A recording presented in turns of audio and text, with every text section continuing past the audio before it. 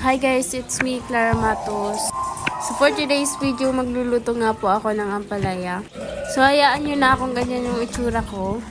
Masama po kasi yung loob ko at naisipan ko na lang magluto. So bago ko nga po ipagpapatuloy yung aking pag-voice over, sa mga hindi pa po nakaka-subscribe sa aking YouTube channel, ay ilalagay ko po dyan sa comment section. At ipapakita ko din po dyan sa screen kung alin po yung aking YouTube channel. At syempre, pinapanood mo po ito, baka pwede naman pong pa-follow na aking Facebook account. So ayun, pagkatapos ko nga matanggalan yung nasa loob ng ampalaya, ay hiniwa-hiwa ko naman ito.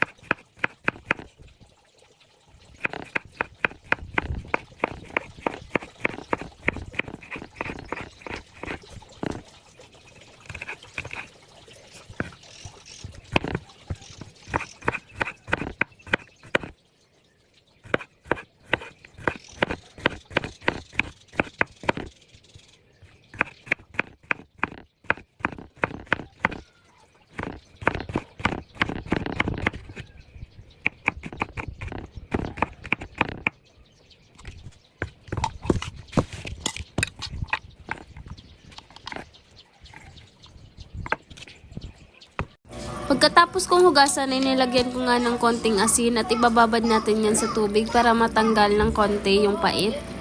At alam niyo po ba dati ay ayoko talagang kumain ng ampalaya kasi nga po talaga ay talaga namang mapait.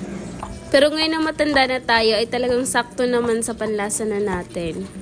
At ayan nga po ay naghiwa na rin po ako ng kamatis para po ipanghalo natin.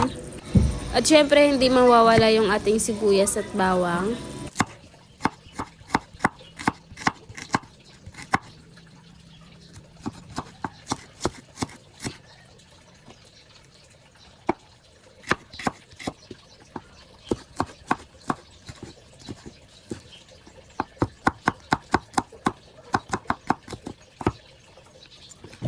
Sinalang ko na rin nga po pala yung ating kawali at nilagyan ko na ng mantika at nang mainit na inilagay ko na po yung sibuyas.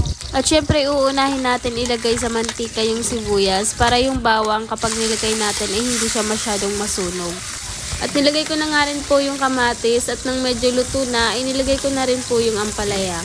At hindi ko na nga po muna ito nilagyan ng itlog kasi may kakain po na bawal.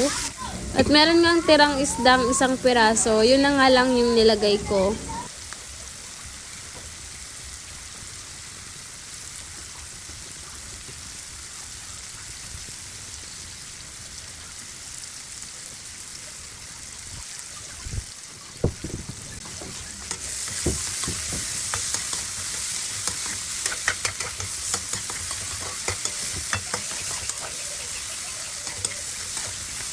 At nilagyan ko pa nga ito ng konting asin kasi medyo matabang pa sa panlasa ko.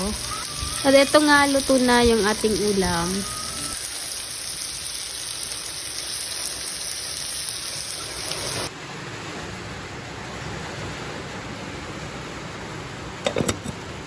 At ito nga rin po yung araw na pumunta kami sa pagamutan kasi nga po magpapagamot ako kasi sobrang sakit ng ulo ko.